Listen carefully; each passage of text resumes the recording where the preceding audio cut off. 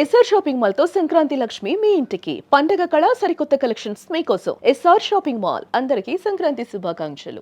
Welcome to Suman TV.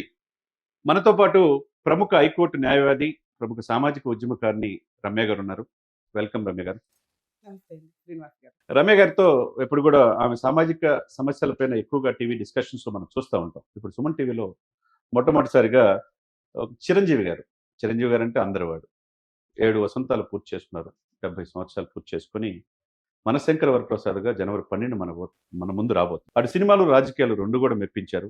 ఈ రోజు కోట్లాది మంది అభిమానులు సంపాదించారు. అటువంటి చిరంజీవి గారు ఎలా ఇంత స్థాయిలో ఎదిగారు, పద్మ విభూషణ్ ఎలా అయ్యాడు అనేది రమ్య గారితో పాలు పంచుకుందాం. Welcome madam. నమస్తే అండి. ఇందాక చెప్పినట్టుగా రమ్య గారు, మీరు ఒక హైకోర్టు న్యాయవాదిగా, ఒక సామాజిక ఉద్యమకారినిగా చాలా మంది తెలుసు, ఉభయ తెలుగు రాష్ట్రాల్లో తెలుసు. అటువంటిది మీరు చిరంజీవి గారి అభిమాని కూడా, చాలా సందర్భాల్లో కూడా చెప్పారు. అటు పవన్ కళ్యాణ్ గారి అభిమాని అన్నారు. ఆ మెగా ఫ్యామిలీ అంటే చాలా ఇన్స్పిరేషన్ అని పలు సందర్భాల్లో మేము కూడా విన్నాం. ఎలా నేను అన్నట్టు ఇందాక ఆయన 70 సంవత్సరాల వయసు. ఆయన నిన్న మనశంకర వరప్రసాద్లో మెగా విక్టరీ ప్రీ రిలీజ్ ఈవెంట్కి నేను కూడా వెళ్ళినప్పుడు చూస్తే ఆ స్టెప్తో ఆ డ్యాన్స్ చూస్తూ ఉంటే ఒక 30 years కుర్రవాడు వేసినట్టుగా వేస్తున్నాడు. అదేవిధంగా అక్కడ ఉన్న వేలాది మంది జనం కూడా ఆయనతో జత కలిశారు. అందరూ కూడా ఎవరు సీట్లోకి వచ్చారు. ఇది ఎలా సాధ్యం అంటారు? ఒక వ్యక్తి మంచి చెడు ఏమైనా ఉన్నప్పుడు ప్లస్ పాయింట్స్ ఏవైతే 100% ఉన్న వ్యక్తి ఎవరైనా కనిపించినప్పుడు వాళ్ళలో ఆ పాజిటివ్ వైబ్రేషన్స్ని, ఆ పాజిటివ్ ఇన్సిడెంట్ని మనం తీసుకుంటూ ముందుకు వెళ్ళాలి. కానీ ఈ రోజున సోషల్ మీడియా ఎంత అధ్వానంగా తయారైందంటే కామెంట్ చేయడానికి వెనక ముందు ఏది ఆడదు. ఏ రేంజ్ లో ఉన్న వ్యక్తులను కూడా ఆలోచించట్లేదు. వీళ్ళకి నోరు ఎంత ఉంటే అంత, లేకపోతే ఎట్లా పడితే అట్లా వీడియోస్, వాళ్ళ ఫాలోవర్స్ ఎవరైతే ఉంటారో ఆ 10 మంది అవి లైక్ చేస్తారు తప్ప అపోజిషన్ వాళ్ళు కూడా లైక్ చేసేలాగా వీడియోలు చేస్తాం అంటేనే అది పర్ఫెక్ట్ వీడియో కింద లెక్క. ఈ రోజున 70 years వ్యక్తి అని మనం చెప్తే తప్ప ఎవరికి తెలియదు. ఆయన ఎవ్రీ టైం కేక్ కట్ చేస్తే తప్ప, ఎందుకంటే గొప్ప వ్యక్తి కాబట్టి ఆటోమేటిక్ గా కేక్స్ ఎవ్రీ ఇయర్ కట్ చేస్తూ ఉంటారు, తెలుస్తుంది. ఆయన 55 అయినా కూడా ఎవరన్నా నమ్మాల్సినంత యాక్టివ్ గా ఉన్నారు. అది మనం అబ్జర్వ్ చేయాలి. మన ఇండియాలో కల్చర్ ఎట్లా ఉంటుందంటే 55కి వచ్చేసరికి వేలాడిపోతూ నీరసంగా ఇంకా జీవితం అయిపోయిందిరా బాబు, మాకు ఇంకేమి హోప్స్ లేవు అన్నట్లు బతుకుతా ఉంటారు. అలాంటి సిచ్యుయేషన్ లో చిరంజీవి గారిని ఒక ఎగ్జాంపుల్ గా తీసుకోవాలి. ఈ ఏజ్ లో ఆయన వేస్తున్న ఆ గ్రేస్ స్టెప్స్ చూస్తే, అసలు ఫోన్ ఏదో ఒకటి చూసాను సార్, అంతకుముందు ఖర్చీపు స్టెప్ ఒకటి, ఎంత సూపర్ ఉన్నాయంటే ఇంత ఎనర్జీ మేబీ మన ఏజ్ కూడా అంత అనిపించకపోవచ్చు. అంటే అది ఇన్స్పిరేషన్ గా తీసుకోవాలి ఒక వ్యక్తిని. ఆయన ఈ రోజు మనం ఇన్స్పిరేషన్ గా తీసుకోవడం కాదు, ఆల్రెడీ 45 years నుంచి ఎన్నో రకాలుగా మనకి మూవీస్ ద్వారా మంచి విషయాలను చెప్పుకుంటూ వచ్చారు. ఎలా స్వయం కృషితో ఎదగాలని కానీ, లేకపోతే ఒక సమస్య వచ్చినప్పుడు ఒక ఛాలెంజ్ తీసుకొని ఏ రకంగా ముందుకెళ్లాలని కానీ, ఇట్లా ప్రతి విషయంలో కుటుంబ విషయాలు, సామాజిక విషయాలు, పౌరాణిక విషయాలు కానీ, ఏది ఎన్ని రకాలుగా చూసినా మూవీస్ లో పాజిటివ్ వైబ్రేషన్ తోటి జనాల్ని అట్లా కట్టిపడేసిన వ్యక్తి. ఈ రోజున అలాంటి ఒక మహా శిఖరాన్ని, ఒక ఎవరెస్ట్ శిఖరాన్ని కావలప్పుడు పనికిరాని వాళ్ళు వీడియోలు చేసుకుంటూ కామెంట్ చేస్తూ ఉంటారు. అవి అసలు అవి ఉండొద్దు. నేనేమంటానంటే ఒక ఒపీనియన్ ఎక్స్ప్రెషన్ అనేది ఆనెస్టీగా ఉండాలి తప్ప పొలిటికల్ బ్యాక్గ్రౌండ్ అని తీసుకొని వచ్చో, లేదా పవన్ కళ్యాణ్ గారిని టార్గెట్ చేస్తూనో, ఈయనకున్న టాలెంట్ నో, ఈయన ఏజ్ నో ఇన్సల్ట్ చేయదు. ఎందుకంటే ఆయన ఆల్రెడీ ప్రూవ్ చేసేసుకున్న వ్యక్తి. ప్రతి ఒక్కరు కూడా కదండి, ఎక్కడో ఉంటారు పనికి మాలిన 1-2 పర్సన్స్ ప్రశ్నించేవాళ్ళు, ప్రశ్నార్థకమైన వాళ్ళు, లేకపోతే వెనకాల ప్రశ్నే లేనోళ్ళు. వీళ్ళంతా ముందుకొచ్చి ఎట్లా అంటే, ఇక ఇప్పుడు మూవీ రిలీజ్ అవుతుంది కదండి, 1-2 days లో రిలీజ్ అవుతుంది. ఇక ఇదే టార్గెట్ గా కూర్చుంటారు. నిజంగా అది ఒక పాపం కిందే లెక్క. ఒక మంచి వ్యక్తిని మనం ముందుకు తీసుకువెళ్లాల్సిన అవసరం, మనం తీసుకెళ్లాల్సిన లేదు సార్, ఆయన మనల్ని తీసుకెళ్తున్నారు ఆ మూవీ ద్వారా. మనము ఒక కష్టంలోనో ఒక బాధలోనో ఉంటే ఒక మూవీ రిలీజ్ అవుతుందంటే అదో పాజిటివ్ వైబ్రేషన్. మూవీకి వెళ్ళి రిలాక్స్ అయ్యి హ్యాపీగా బయటకు వస్తూ ఉంటాం. అంటే మన ఒక టైంలో ఒక మంచి ఇన్స్పిరేషనల్ ఇష్యూని మనకి చెప్పి హ్యాపీగా మనం బయటకు వచ్చేలాగా సంతోషాన్ని ఇస్తున్న వ్యక్తులు వీళ్ళు. ఇలాంటి వ్యక్తుల్ని టార్గెట్ గా చేసుకోను, ఇంకో రకంగానో వీడియోలు చేయొద్దని నా రిక్వెస్ట్. తప్పకుండా ఇంకా ఆయన స్టెప్స్ విషయంగానే, ఆయన మూవీ విషయంగానే చూస్తే ఆయనకున్న టాలెంట్ కి ఆ మూవీ పర్ఫెక్ట్ గా యాప్ట్ అయింది. ఫ్యామిలీ మెంబర్స్ అందరూ కూర్చొని చూసేలాగా ఉన్న మూవీ. ఆ చూసే విధానం కూడా ఈ రోజున కొన్ని మూవీస్ ఫ్యామిలీతో వెళ్లే పరిస్థితుల్లో, సో ఈయన మన పండక్కి అందరినీ కూర్చోబెట్టగలిగేలాగా ఒక మంచి డైరెక్టర్ తోటి ముందుకు వచ్చారు. 100% ఆ మూవీ సక్సెస్ అవుతుందని అందరికీ తెలుసు.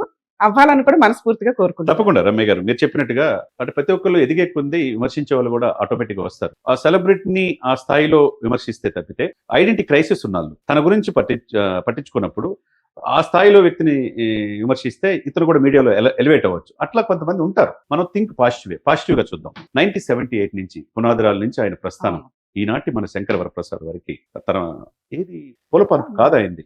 ఒక కానిస్టేబుల్ కొడుకు ఆయన ప్రస్థానం మెడ్రాస్ వెళ్ళి చార్టెడ్ అకౌంట్ చదువుకోవాల్సిన వ్యక్తి సినిమాల మీద మక్కువతో ఆయన సినిమా హీరోకి కూడా పనికొస్తారనే పరిస్థితి నుంచి ఈ రోజు ఆయన తప్పితే ఇంకెవరు చేయలేరు అన్నట్టుగా ఎదిగిన తీరుని మీరు ఏ విధంగా చూస్తారు? సార్ 100% ఇది కష్టపడి పైకి వస్తే ఏ వ్యక్తికైనా కానీ సక్సెస్ ఉంటుంది అని ఎవరి సపోర్ట్ లేకుండా ఇండివిడువల్ గా వచ్చే వ్యక్తులకు కూడా ఆయన ఒక ఇన్స్పిరేషన్ అని నేను చెప్తాను. ఈ రోజు మీరు లాక్డౌన్ గానీ అంత ముందు కానీ చూస్తే సోషల్ మీడియాలో ఎక్కడ చూసినా కూడా ఇండివిడువల్ గా సెలబ్రిటీలు అయిన వ్యక్తులు లేకపోతే కష్టపడి ఇండివిడువల్ గా సక్సెస్ అయిన వ్యక్తుల్ని కానీ లేదా సొసైటీకి హెల్ప్ చేస్తున్న వ్యక్తులు, సొసైటీకి వీళ్ళు భలే యూజ్ అవుతున్నారు అనే వ్యక్తుల్ని ఆయన ఇండివిడువల్ గా పిలిచి వాళ్ళని అప్రిషియేట్ చేస్తున్నారు. వాళ్ళ హార్డ్ వర్క్ ని అప్రిషియేట్ చేస్తున్నారు. ఎవరు సార్ అట్లా చేస్తున్న వ్యక్తులు ఎవరున్నారు? ఇప్పుడు మీరు ఇక్కడ మీరు ఒకటండి రమ్య గారు. ఆయన అలా స్వయం కృషితో పైకొచ్చిన వ్యక్తి, స్వయం కృషితో పైకొచ్చిన వ్యక్తులందరినీ ఆయన పిలిచి మరీ అప్రిషియేట్ చేస్తున్నారంటే అంత గొప్ప విషయాన్ని మనం హ్యాట్సాప్ చెప్పాల్సి. ఇదేనే కాదు రమ్య గారు. మీరు కరోనా టైంలో ఎవరు బయటకు రాని పరిస్థితిలో తన అభిమానుల్ని అక్కడ రాయబారులుగా పంపించి నాట్ ఓన్లీ ఆంధ్ర తెలంగాణ కాకుండా పక్కనున్న తెలుగు రాష్ట్రాల్లో కూడా వెళ్ళి సేవా కార్యక్రమాలు పాలు పంచుకునేటట్టు కరోనా వ్యాధిలో బాధపడుతుంటే ఆక్సిజన్ అందకపోతే ఆక్సిజన్ సిలిండర్ ఇచ్చారు.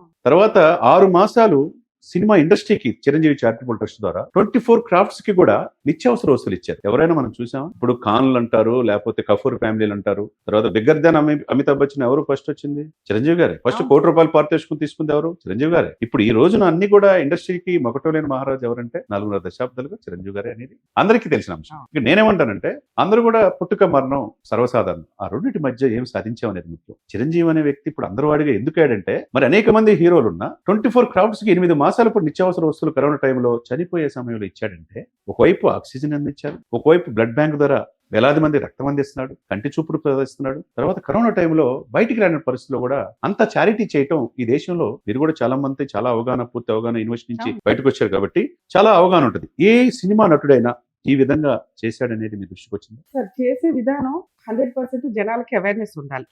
ఈయన ఒక చేతితో చేస్తే ఇంకో చేతికి తెలియనివ్వరు. ఇప్పుడు మీరు చెప్పిన లిస్ట్ అంతా తెలుసుకున్న వాళ్ళు బయటకు చెప్పాలే తప్ప. అలాగే ఎవరైతే మిగతా మనం పెద్ద హీరోలు వీళ్ళు అంటామో వాళ్ళు ఎంత చేయగలరో అంతే చేస్తుంటారు, కానీ అంతకు మించి చేసిన వ్యక్తి చిరంజీవి గారు. అట్లా రాజకీయాల్లోకి వచ్చి కూడా ఆయన 100% ప్రజాసేవ చేయడానికి ముందుకు వచ్చినప్పటికీ ఆ కన్నింగ్ పాలిటిక్స్ గానీ ఇవి గానీ ఆయన తట్టుకోలేక ఆయనకి సంబంధం లేని ఇన్సిడెంట్ లేదా అట్లాంటి వ్యక్తి నిజంగా పాలిటిక్స్ లో ఉంటే ఈ రోజున తెలుగు రాష్ట్రాలు ఇట్లా ఉండే కాదు, ఓ రేంజ్ లో ఉండేవి. సో అదైనా కూడా పక్కన పెట్టారు. కానీ మూవీ విషయానికి వచ్చేసరికి అట్లాగే సోషల్ సర్వీస్ విషయానికి వచ్చేసరికి ఇలా వెనక చేయ దాచుకునే వ్యక్తులు కాదు ఈ ఫ్యామిలీకి సంబంధించింది. అది పవన్ కళ్యాణ్ గారు కానివ్వండి, చిరంజీవి గారు కానివ్వండి, ఏ సందర్భంలోనన్నా ఎవరైనా ముందుకెళ్తే హెల్ప్ కావాలని అలా తీసిచ్చే వ్యక్తులు. ఇది సగం మందికి తెలియదు. తీసుకున్న వాళ్ళు బయటకు వచ్చి చెప్తే వీళ్ళ ఎవరైతే ఉంటారో వీళ్ళంతా కొట్టు పోతారు, ఏది నెగిటివ్ గా మాట్లాడే వ్యక్తి. సో ఈ బేసిక్ నాలెడ్జ్ కూడా లేకుండా ఎవరెస్ట్ శిఖరాన్ని ఏదో అందాం అనుకుంటే ఇక తల ఎత్తుకొని మెడ నొప్పి పెట్టుకోవాలి తప్ప యూజ్ లేదు. ఈ మూవీ రిలీజ్ టైంలో కూడా నెగిటివ్ గా మాట్లాడాల్సినంత నెసెసిటీ ఉండదు, కానీ కొన్ని జెండాలు రెడీ అవుతాయి అక్కడ.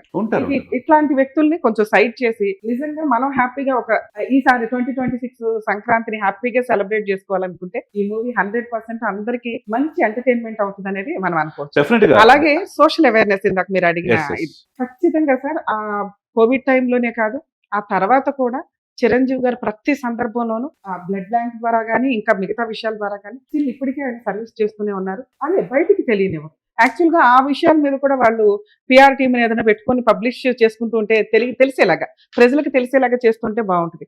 కానీ అటువంటి లక్షణాలు ఆయనకి లేవు. చేసింది ఒక చేతికి చేసింది ఇంకో చేతికి తెలియదు గొప్పతనం. ఇంకోటి మన కోతవేటు సుమన్ టీవీకి ఆపోజిట్ లో బ్లడ్ బ్యాంక్ ఉంటుంది. దాన్ని ప్రారంభోత్సవానికి అబ్దుల్ కలాం గారు వచ్చారు. అబ్దుల్ కలాం గారు మీరైనా నేనైనా మన అందరికీ స్ఫూర్తి ప్రదాత. 67 యూనివర్సిటీలు డాక్టరేట్లు పొంది అటువంటి అబ్దుల్ కలాం గారు ఆయన చనిపోయినప్పుడు రజనీకాంత్ గారు ఒక మాట అన్నారు, అన్నిటికంటే ఈ డాక్టరేట్లు ఇవన్నీ కాదు, ఆయన జీవించిన కాలంలో మనం జీవించుంటూ గొప్పతనం అన్నాడు. అట్లనే చిరంజీవి గారు నిజంగా ఇంత స్ఫూర్తి ప్రదాత అయ్యి తనకి వచ్చిన దాంతో నాకు కావాల్సిందంటే దేవుడు ఎక్కువ ఇచ్చాడు, ఇక సమాజం కోసమే నా జీవితం అంకితం అంటున్నాడు. అటువంటి వ్యక్తి పద్మవిభూషణుడు 6 ఫిల్మ్ఫేర్ అవార్డ్స్ వచ్చినాయి. తర్వాత మొన్న గిన్నిస్ బుక్ రికార్డ్ ఆయన స్టెప్స్ వచ్చినాయి. ఇవన్నీ చూస్తే ఎప్పుడు కూడా చెడు చెవిలో చెప్పండి, మంచిని 10 మందిలో చెప్పండి అంటాడు. మరి ఆయనకే ఎందుకు ఈ విమర్శలు అంటారు? అదే సార్, ఈ రోజున ఒక గొప్ప స్టేజ్కి వెళ్ళటానికి ఎంత కష్టపడినా స్టెప్ బై స్టెప్ వెళ్ళే స్టేజ్ లేదు. బూతులు మాట్లాడినా సెలబ్రిటీలు అయిపోతున్నారు, పిచ్చి పిచ్చి వీడియోలు చేస్తూ సెలబ్రిటీలు అవుతున్నారు. సెలబ్రిటీ తనానికి ఒక వాల్యూ లేకుండా పోయింది. ఒకప్పుడు చిరంజీవి గారు అంటే ఒక దేవుడు లాగా, అసలు ఆ ఫోటో కనిపించినా చాలు అనే స్టేజ్. ఉమ్, అటువంటిది ఈ రోజున నేను నేను కూడా సార్ని కలిసానండి, చిరంజీవి గారిని. ఉమ్, యాక్చువల్ గా నేను సుమలత గారితో మా టీవీలో ఒక ప్రోగ్రామ్ చేసేదాన్ని. పక్కనే మీలో ఎవరు కోటీశ్వర్లు అనే ప్రోగ్రామ్ జరుగుతుండేది ఒక 15 ఇయర్స్ బ్యాక్ స్టోరీ. ఆ రోజు సార్ వాళ్ళ మదరు మా వీడియోస్ చూస్తూ సుమలత గారు, రమ్య గారు ఇట్లా ఒక ఐడెంటిఫికేషన్, అంటే ఆ ఏజ్ కి నాకు చాలా గొప్ప. ఉమ్. అలాంటిది సార్ని కలిసి ఒక ఇన్సిడెంట్ వస్తే ఎంత హ్యాపీ ఫీల్ అయినంటే, ఆయన డౌన్ టు ఎర్త్ మాట్లాడుతున్నారు. ఇంకా అసలు ఆయన దగ్గర నేర్చుకోవడానికి అదో పెద్ద పుస్తకం ఒక రకంగా. ఎంత పొలైట్ గా Dictionary. మాట్లాడారంటే అసలు ఆ టైం స్పెండ్ చేసిన విధానం కానీ, మాట్లాడిన విధానం కానీ, ఇందాక మీరు చెప్పినవి ఎప్పుడు కూడా మన గురించి మనం మంచి చెప్పుకుంటే చాలు, చెడు గురించి మనం మాట్లాడుకోవాల్సిన అవసరమే లేదు. ఇలాంటి చీడ పురుగుల్ని అసలు పట్టించుకోవసరం లేదు. ఆయన దగ్గర నుంచి నేర్చుకోవడానికి పోల్డంత ఉంటుంది జనాలకి. ఆ టైం ఉండాలా, ఆ నాలెడ్జ్ ఉండాలా ముందు. అట్లాంటి ఒక శిఖరం మన గురించి ఒక సెకండ్ ఆలోచిస్తూ మాట్లాడుతున్నారంటే అది ఎంత గొప్ప విషయం అండి. ఇకపోతే నిజంగా అండి, మీరు అన్నట్టుగా మీరు ప్రముఖ ఐకాట్ న్యాయవాదిగా, తర్వాత సామాజిక ఉద్యమకారునిగా బిజీ షెడ్యూల్లో చిరంజీవి గారి గురించి ఇంత మీ మనసులో ఇక ఇన్స్పిరేషన్, అంటే చిరంజీవి గారికి ఇంత మీరు అభిమానించడానికి కారణమైన సినిమా ఏదంటారు? సార్ చాలా సినిమాలు ఉన్నాయి సార్. 157 లో ఇది అని అట్లా చెప్పగలుగుతాం. ఎందుకంటే ఆయన ఏదో ఈ సినిమా బాగుంది, ఈ సినిమా బాగాలేదు అని చెప్పడానికి లేదు. 10 రకాల ఫీల్డ్ తీసుకుంటే ఆయన మూవీస్ చేసిన వాటిల్లో అన్నిట్లోనూ చాలా మంచి మూవీస్ ఉంటాయి. అలా ఉండబట్టి ఆయన మెగాస్టార్ అయ్యారు. ఈ రోజున కొన్ని వేల కోట్ల మంది మనసుల్లో స్టిల్ ఆయన ఒక దేవుడి కింద పూజించే విధంగా ఉన్న వ్యక్తి ఆయన. చివరిగా మనశంకర వరప్రసాద్లో అనిల్ రావుపూడి ఇప్పటి వరకు 6 సినిమాలు డబుల్ హ్యాట్రిక్, అంటే సక్సెస్. ఆయన అపజయం అనేది లేదు. చిరంజీవి గారిని స్ఫూర్తిగా చూస్తా ఎదిగాడు. ఆయనతో అన్ని ఆహాభావాలు దీంట్లో పండించినట్టు కనపడుతుంది. ఇంకోవైపు విక్టరీ వెంకటేష్, వీళ్ళిద్దరూ డ్యాన్సులు నెక్స్ట్ నభూతో నభవిష్యత్తు ఉన్నాయి. మీరన్నట్టు భార్యాభర్తల మధ్య ఏదైనా విభేదాలు వచ్చినప్పుడు ఆలకలుపలు అవన్నీ కూడా నయనతార ఈయనిద్దరు కాంబినేషన్ చూస్తున్నాం. ఇంకోవైపు నిర్మాతలు ఎక్కువైపు చూసుకోవాలి. చిరంజీవి గారు కూడా తన కూతురు హ్యాపీగా సెటిల్ అయ్యే సమయంలో కష్టపడి నిర్మాతగా మారిన తీరుని, సుష్మిత గారిని కూడా మనం చూసాం. గోల్డ్ బాక్స్ సాహు గారి పట్ల ప్రశంసించిన తీరు ఎట్లా, ఇది అందరికీ వస్తుంటారా ఈ అవకాశం? ఒక నిర్మాతగా తండ్రిని చూస్తా పెరిగిన అమ్మాయికి, సుష్మిత గారికి ఈ రోజు ఈ సినిమా డెఫినెట్ గా సక్సెస్ ఇస్తుంది అని అనుకుంటున్నారు మీరు? 100% సార్. ఎందుకంటే మన ఆడియన్స్ ఎప్పుడు కూడా ఫ్యామిలీ ఎంటర్టైన్మెంట్స్ ని 100% యాక్సెప్ట్ చేస్తారు.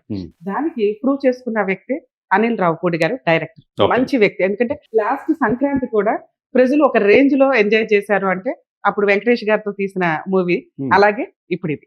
సో వీటిల్లో వాళ్ళ అమ్మాయి ఎవరైతే సుస్మిత గారు బయటకు వచ్చి తన ఏదైతే సంపాదించిన దాచుకున్న డబ్బులు ఉన్నాయో మొత్తం ఇన్వెస్ట్మెంట్ పెట్టినట్లే లెక్క. 150 కోట్లు అయింది సినిమా. ఎక్కడ వెనకాడకుండా తన ధైర్యానికి మెచ్చుకోవాలి. ఎటువంటి మూవీ తీస్తున్నారు? ఒక ఫ్యామిలీ ఎంటర్టైన్మెంట్, ఒక ఫ్యామిలీ స్టోరీ తీస్తున్నారు. అంటే ఈ రోజున మీరు ఇందాక అన్నట్టు కుటుంబం మొత్తం పోయి కలిసి చూసుకునే సినిమాలు ఉండట్లేదు. అలాగే ఈ రోజు నేను ఫ్యామిలీ కేసెస్ అవన్నీ రెగ్యులర్ చూస్తూ ఉంటాను కదా సార్ మా ఛానల్స్. వరస్ట్ రిలేషన్స్ డ్యామేజ్ అవుతుంది. ఒకప్పుడు మీరు మూవీస్ చూస్తే వాటిలో కోడలు ఎట్లా, అత్తగారు ఎట్లా, హెరాస్మెంట్ ఎట్లా, సర్దుకోవడం ఎట్లా, ఇవన్నీ రిలేషన్స్ ఉండే. ఈ రోజున అవి లేనే లేవు. పొడుచుకోవడం ఎట్లా, బ్లడ్ చూపించి అసలు ఆ రిలేషన్స్ కి సంబంధించిన మూవీలే అంతరించి. ఇప్పుడు కుటుంబ విలువలు అంటే మీరు పవన్ కళ్యాణ్ గారు గెలిచిన తర్వాత, ఈయన పవన్ గారు తుఫాన్ అని మోదీ గారు అన్న తర్వాత నెక్స్ట్ ఎవరి దగ్గరికి వచ్చాడు? తండ్రిలాగా సమానంగా భావించే చిరంజీవి గారికి వచ్చినప్పుడు కాళ్ళకి నమస్కారం పెట్టినప్పుడు వాళ్ళ భార్య అన్నా లెజును ఆయన చెప్పులు తీసి చేతిలో పట్టుకున్నప్పుడు ఇది కదా మన సంస్కృతి, రిలేషన్స్, ఇది కదా మన కుటుంబ వ్యవస్థ అని తెలిసింది. అది ఎంతవరకు ఉంది చెప్పండి? అదే ఆ ఫ్యామిలీలో కొన్ని ఇన్సిడెంట్ చూస్తే అదొక ఇన్స్పిరేషన్ గానే అనిపిస్తుంది. ఎవరు ఏదన్నా గానీ చిరంజీవి గారు ఒక మహాశక్రం.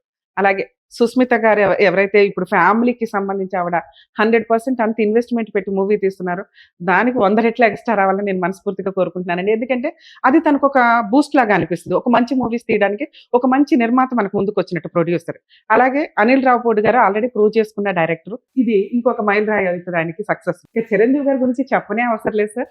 ఇది ఈ రోజున కొన్ని కోట్ల మంది ఆనందపడే మూవీని ఆయన ఇస్తున్నారు. ఆ బ్లెస్సింగ్స్ తోటి ఆయన ఇంకా ఎక్కువ కాలం బతికి మనల్ని ఇలా ఎంటర్టైన్ చేయాలని ఆయన అటువంటి ఆరోగ్యాలతో ఉండాలి. అదే సమయంలో మీరు అభిమానుల కోరిక కూడా, ప్రపంచవ్యాప్తంగా అభిమానులు ఆయన భారత రత్న కావాలని కోరుకుంటున్నారు.